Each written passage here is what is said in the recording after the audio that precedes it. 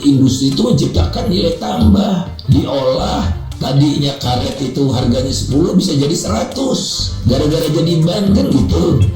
Nah sekarang dijual semua. Bahkan lebih parah lagi sekarang, kita sudah kasih kekayaan alam itu kepada investor. Biji nikel itu investornya dari 21 dari China daratan itu. Yang abang bilang mereka mendapatkan manfaat 90% dari ini fantastis ini. Beli biji nikel ini $80, pemerintahnya $34 saja kalau di sini. Negeri yang setolol ini, maaf ya. Virus yang bisa memapar siapa saja, tidak melihat suku, ras, agama, tidak melihat profesi, bahkan tidak melihat kadar intelektualitas seseorang. Seorang jenderal, seorang profesor kena virus radikal ini, goblok mendadak, saya jamin. Halo guys, selamat datang kembali di channel Pasti Bisa. Gimana kabarnya kalian? Saya berharap mudah-mudahan kalian selalu dalam keadaan segar bugar, sehat walafiat. Guys, kali ini kita akan membahas tentang sosok seorang pengamat politik. Dulu beliau ini menjabat di salah satu kabinet pemerintahan, tapi sepertinya beliau ini merasa kurang puas dengan kerjanya dulu. Makanya sekarang itu koar-koar mengkritik pemerintah di berbagai media sosial. Padahal pada saat dulu waktu dia bekerja, ya kita tidak mendengar hasil kerjanya sama sekali. Sekarang justru ketika dia sudah tidak lagi bekerja di pemerintahan, malah koar-koar di sana-sini mengkritik kebijakan-kebijakan di pemerintahan Pak Jokowi. Nah, belakangan ini perkataannya menjadi sangat viral di berbagai media sosial yang mengatakan bahwa pemerintahan Pak Jokowi ini adalah pemerintahan yang tolol. Nah, di video ini saya akan menyajikan untuk kalian ada satu sosok pemuda yang sangat cerdas yang akan mematahkan statement Faisal Basri ini. Siapakah pemuda itu dan apa saja isi dari penjelasan-penjelasan yang bisa mematahkan statement Faisal Basri ini? Simak sampai selesai guys, karena di video ini ada beberapa kompilasi yang tidak kalah penting dan juga menghibur tentunya. Kalian yang sudah tergabung di channel ini, saya ucapkan baik-baik terima kasih. Buat yang belum, silakan klik subscribe sekarang juga supaya tidak ketinggalan update-update video-video berikutnya. Oke guys, mari kita simak sama-sama videonya.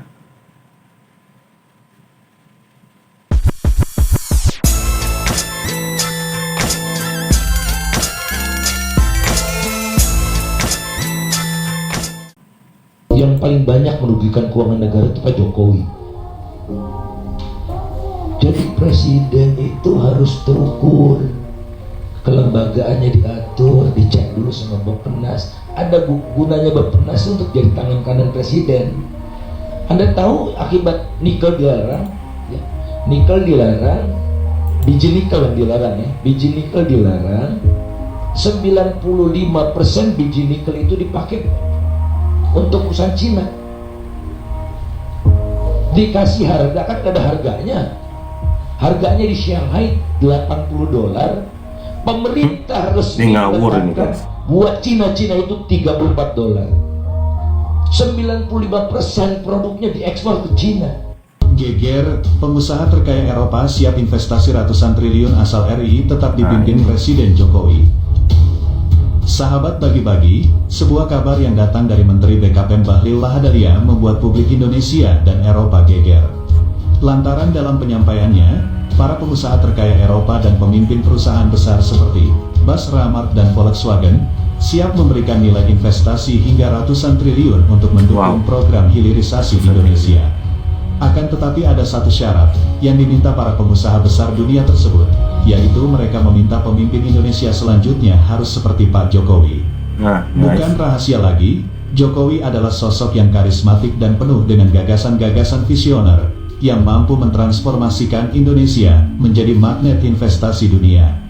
Akan tetapi muncul kekhawatiran para investor jika pemimpin Indonesia yang akan datang malah berseberangan visi dan misi Presiden Jokowi. Sejumlah cekcok pernah terjadi dan membuat investor lari kecewa. Salah satunya adalah terkait gagalnya mega proyek Pulau Reklamasi Jakarta, yang membuat para investor rugi hingga ratusan bahkan ribuan triliun rupiah.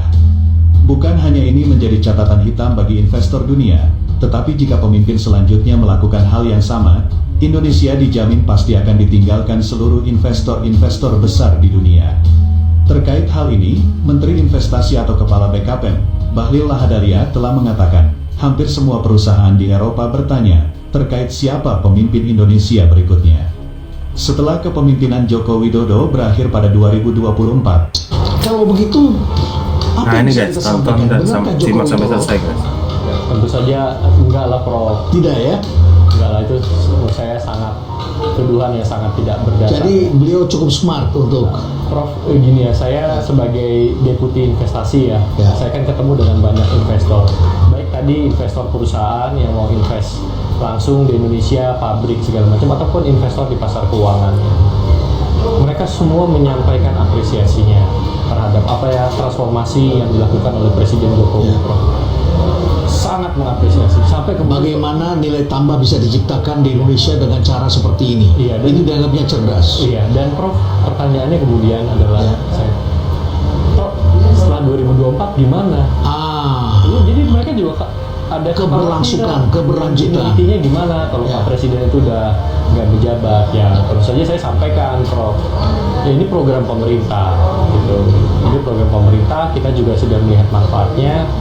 Ya pasti akan, insya Allah akan berlanjut lah, Prof ininya. Gitu. Tentu pengusaha khawatir kalau tidak mendapatkan pengganti yang memiliki cara berpikir yang cerdas dan cepat seperti Pak Jokowi. Ya, tentu ada Dan berani dan, konsisten, ya. Prof. Ya, baik. Tapi di lain pihak Dengerin. kita juga menyaksikan ada serangan pada Indonesia di WTO. Iya, Ya, kita diserang. iya. Dan kemudian pimpinan IMF pun ikut Iya. memberikan dukungan terhadap itu, menyalahkan Indonesia. Iya. Seakan-akan ekonomi Indonesia ini justru salah. Iya. Kalau demikian. Apa yang Anda lihat? Kenapa mereka sampai masih seperti itu? Satu hal dulu, Prof, ya, yang WTO ya. WTO dulu ya. WTO ini saya menganalogikan begini, Prof. Kalau dulu kita zaman sebelum kemerdekaan ya kan Indonesia, khususnya di Indonesia bagian timur ya, di mana sekarang nikel ini berada kan terkenal pala ya. Pala, mereka bisa ambil. Ya, Ya. Tapi waktu itu kan kita sempat tutup. Ya. Apa yang dilakukan oleh bangsa-bangsa kolonial ini, Prof? Dia kirim tentara kan Ya. ke kita gitu. Ya, di Banda itu sampai dibakar itu. Iya, Ya. jadi gitu. Ya sekarang sebenarnya logikanya sama. Ya, jadi kita sudah expect bahwa pasti akan ada serangan, Ada perlawanan. seperti ini. Hmm. Tapi kan ini sovereignty kita, Prof. Ini kan hak kita untuk Dan bangsa lain juga melakukan hal iya. serupa. Ya. Dan kita kan hanya tutup yang bahan mentah, turunan ke bawah, segala turunan pertama kita nggak ada restriction apapun. Membeli dengan harga sedikit lebih mahal, oke lah. Iya, harusnya. tapi justru sebenarnya, Prof, dengan kita bikin di Indonesia, nickel pig iron yang diproduksi di Indonesia itu bisa jauh lebih efisien gitu. Jadi kalau dia beli dari Indonesia dibandingkan mungkin dia beli dari NPI-nya dari Tiongkok, udah pasti akan lebih kompetitif yang dari kita, Prof. Jadi sebenarnya itu juga bisa membantu, tapi kan ya memang Uni Eropa ini menurut saya susah ya pola pikirnya ya. Ya, karena masih ada nggak warisan iya, penjajah. kita nggak ada nikel ore ekspor sana mungkin cuma 1%, Prof. Ya. Terus dia juga bingung kan kenapa seperti ini. Akhirnya ya kita berasumsi ini mengaitkan dengan kelapa sawit segala macam. Mereka ya. balasnya di sana. Iya, tapi ya sebenarnya nggak apa-apa. Kita ikutin kok jalur formalnya. Iya. Oke, WTO ya udah kita layani di WTO. Kita kalah. Tapi kan sekarang kita lagi banding. Ya kita ikutin proses-prosesnya, kita hormati juga Iya. gitu ya. Tapi kalau minyak sawit kan misalnya mereka tidak mau, mereka sendiri yang akan rugi karena mereka tidak punya minyak goreng. Iya, Dan itu kan. kemudian kalau kita akan hambat, saya dengar Pak Jokowi pun akan melakukan langkah berikutnya, bisa saja minyak Iya. sawit ditahan, tidak boleh ekspor dan diproduksi untuk menghasilkan hilirisasi tadi. Iya, jadi memang kalau di Eropa sawit isunya menurut saya juga ada persaingan dengan sunflower, Iya. yang memang petani-petani mereka juga Iya. banyak di sana. Dan kalau kita bandingkan ya dengan kelapa minyak sawit, lebih efisien minyak sawit memang. Jadi ya kalau ini menurut saya isunya memang kompleks. Tapi ada satu cerita, Prof ya. Waktu Pak Luhut ya ke Afrika ya, kita jelaskan ke presidennya, ke beberapa negara ini, mereka sampai heran kok Indonesia bisa dan berani sih melakukan ini gitu. Mereka juga ada yang mempunyai sawit di Afrika Iya, itu. tapi mereka gini bro, kalau di Afrika, Kongo, Ya. mereka kopernya sangat besar, kobalt sangat besar gitu ya. Tidak berkutik mereka. Iya, mereka kok Indonesia bisa sih, Afrika Selatan kita bicara, Indonesia bisa sih, ya bisa lah, ini kan emang hak kita gitu. Mereka sampai ada yang menyampaikan, iya dulu di dalam aturan kita waktu kita mau merdeka, ini salah satu klausul yang diminta gitu. Saya bilang, oh enggak lah, saya bilang, kita bersedia untuk membagi pengalaman kita, Prof, ya dengan negara-negara berkembang ini, bagaimana sih kita melakukan hilirisasi ini. Ada satu kandidat dokter, Prof, dari King College Inggris, ya, kontak saya. Dia tertarik dengan kenapa Indonesia bisa sukses melakukan ini. Karena kan kalau di dalam literatur ekonomi, selalu kita bilang ada Dutch disease, resource curse gitu Ya, ya. kutukan sumber daya alam, Iya, malah segala kita macam. jadi makin menderita. Iya, dan banyak memang sampelnya Yang di Anda mau negara sebutkan lain. terbukti Nah, di sana guys. malah pertumbuhan Dari sini aja ekonomi kita naik. bisa Iya, menyimpulkan, kita guys. justru bisa. Jadi mahasiswa dokter ini bilang, kok Indonesia bisa melakukan ini. Dia mau pelajarin gitu. Dan memang ini terus terang ya bukannya ini ya, tapi gara-gara ini Presiden Jokowi itu menjadi banyak inspirasi buat negara-negara berkembang lain bahwa oh kita bisa loh mengelola sumber daya alam kita, menciptakan nilai tambah yang lebih besar gitu. Nah itu satu yang IMF saya mau jawab nih, Ya, Prof. IMF itu ada managing directornya. Iya, kan Ibu Komen- Kristalina ya, dan Pak Kristalina. Luhut itu Ya. sudah berkawan cukup lama. Ya. Mereka komunikasi pun juga banyak, Prof. Ya, jadi waktu datang ke IMF ya, kalau nggak salah ya minggu lalu kita datang ke IMF, disambut Simak dengan terus ya, baik, guys, sampai selesai dikasih biar makanan, kita Prof. Ibu Kristalina jadi bilang, paham. aduh, saya tahu Pak Lut baru sampai dari Brazil nih, kita sediain makanan apa segala macam. Jadi sangat ramah dan kita juga jelaskan bahwa ini loh hilirisasi manfaatnya buat kita apa segala macam gitu. Jadi saya kira Bu Kristal ini sangat mengapresiasi dan beliau juga menyampaikan, aduh ini minta maaf ya reportnya IMF ini jadi polemik di Indonesia. Karena ya kemudian itu dijadikan senjata. Walaupun kalau kita baca di dalam reportnya, Prof, yang IMF concern itu adalah Indonesia sudah melakukan cost and benefit analisis sih, nggak sih untuk hilirisasi ini gitu ya. Kira-kira bagaimana cost dan benefitnya apa segala. Nah ini guys,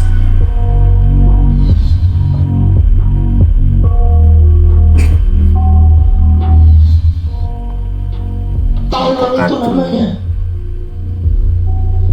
Pertanyaan saya silakan Pak Jokowi. Ini saya udah bilang kemana-mana. Bahkan sudah di sidang kabinet terataskan omongan saya itu. Tapi masih dipidatokan lagi. Wah, Orang sok pinter, Rombok 450 triliun. Kebohongan luar biasa itu.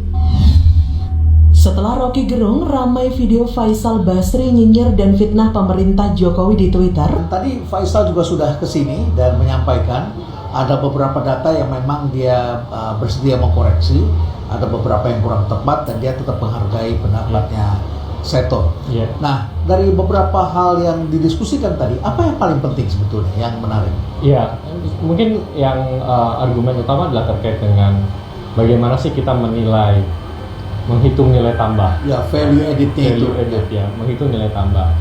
Saya kira framework perhitungannya sih hampir mirip ya, apa Sama. yang disampaikan oleh Sama, Pak Faisal dengan saya bahwa oh kita melihat bahan mentah. Ya, Biji nikel ini Biji nikel menjadi sesuatu menjadi yang lebih berharga. hilirisasi gitu ini. ya. Iya.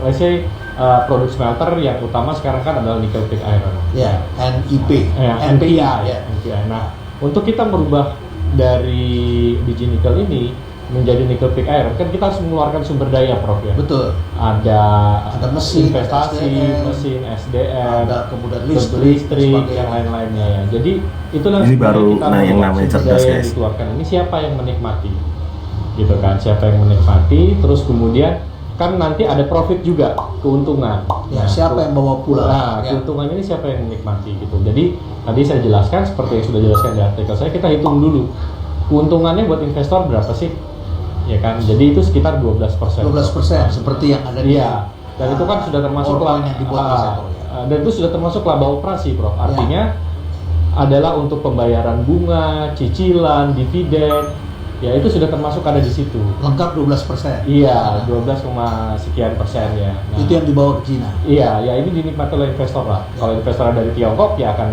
dinikmati dari Tiongkok, banknya dari Tiongkok ya dinikmati dari Tiongkok. Tapi kalau banknya dari Indonesia ya tentunya nanti akan berkurang. Gitu. Ini bukannya ketentuan yang berlaku kan, tapi ini perhitungan Anda. Ini dari skenario iya, seperti itu, estimasi. Iya, estimasi kita ngelihat ada beberapa contoh perusahaan lah yang kira-kira memang laba operasinya sekian. Nah, sisanya itu adalah ya tadi sumber daya yang kita keluarkan, Prof. Nah, sumber daya yang kita keluarkan misalnya Pak, tenaga kerja mayoritas di Indonesia gitu ya. Terus kemudian listrik disediakan dari sumber daya yang kita miliki, misalnya batu bara gitu ya. Dan batu bara ini kan yang disediakan untuk smelter ini tidak menggantikan untuk ekspor gitu. Basri, akui khilaf soal data nikel, tapi tak berani minta maaf ke Jokowi. Saya mengakui secara publik, saya sudah mengakui bahwa saya memang Ada beberapa data yang tidak saya masukkan karena saya hilaf aja gitu. Hilap aja. Faisal Basri, orang yang katanya ekonom senior, tapi kebelihan, yang secara brutal dan terus-menerus ngoceh sana sini, selalu par-par mirip emak-emak yang menyerang Presiden Jokowi, dan apapun yang dilakukan oleh Presiden Jokowi selalu salah di mata orang ini. Orang yang merasa sok hebat ini pernah menuding proyek-proyek infrastruktur yang dilakukan oleh Presiden Jokowi adalah pembalasan yang dapat menyebabkan kebangkrutan negara. Dia juga pernah mencemooh dan menganggap rezim Jokowi kayak ngatur lomba 17-an di tingkat RT ketika menangani pandemi. Bahkan, dia pun juga pernah meramal rezim Jokowi akan ambruk sebelum 2024. Pokoknya banyak deh ocehan-ocehan orang ini.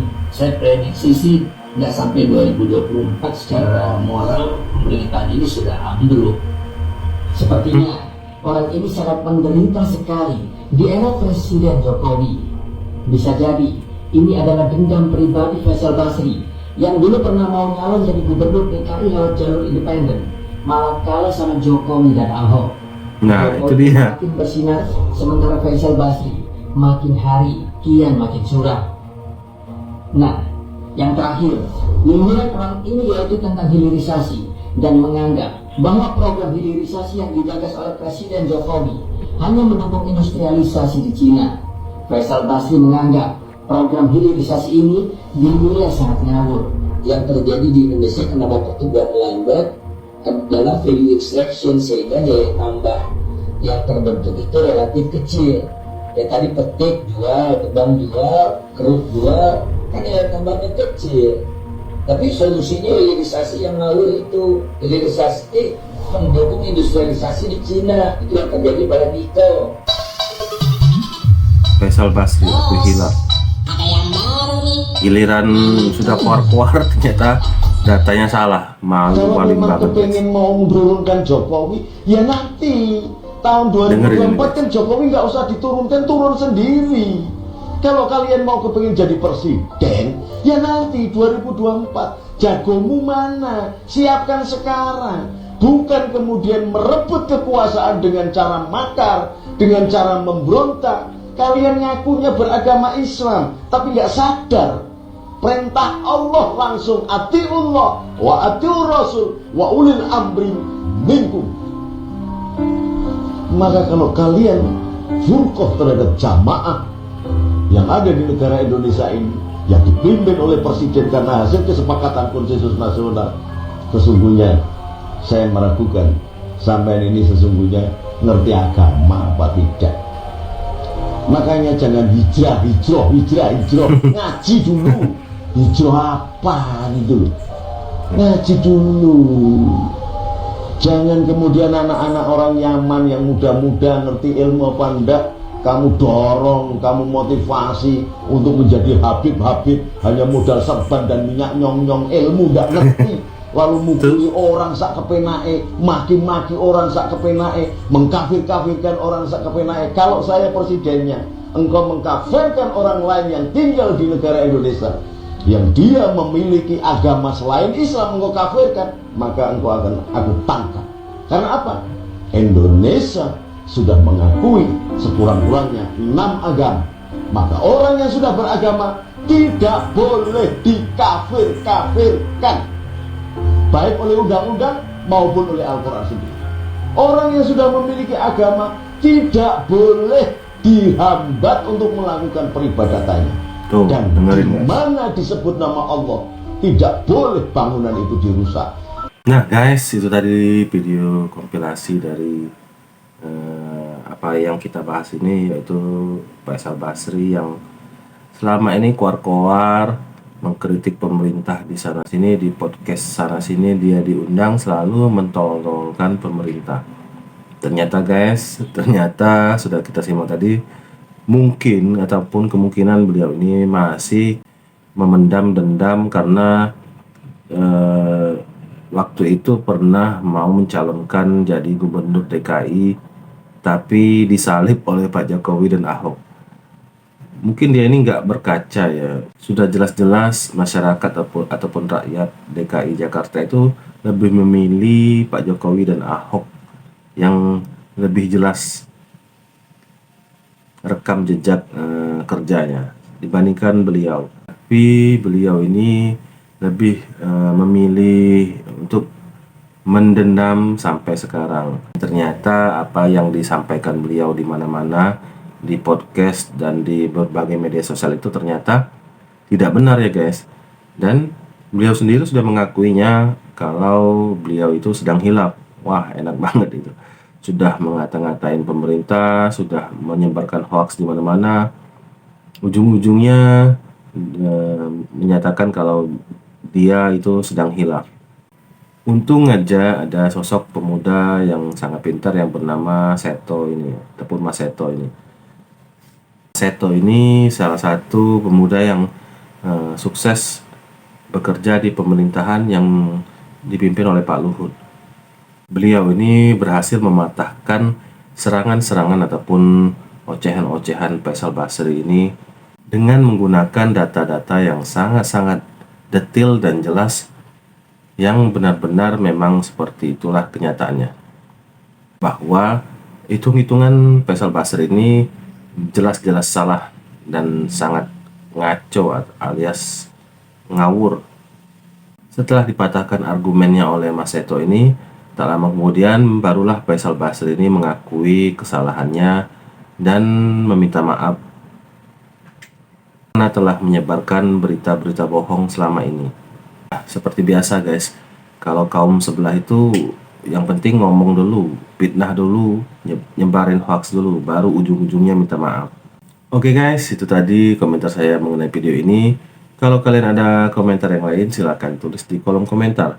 Saya ucapkan baik-baik terima kasih buat kalian yang sudah klik subscribe. Buat yang belum, silahkan klik subscribe sekarang juga, karena subscribe itu gratis dan semoga yang sudah subscribe diberikan rezeki yang melimpah. Oke guys, tonton juga video-video saya sebelumnya. Oke guys, sampai di sini dulu dan sampai ketemu di video-video selanjutnya. Salam NKRI.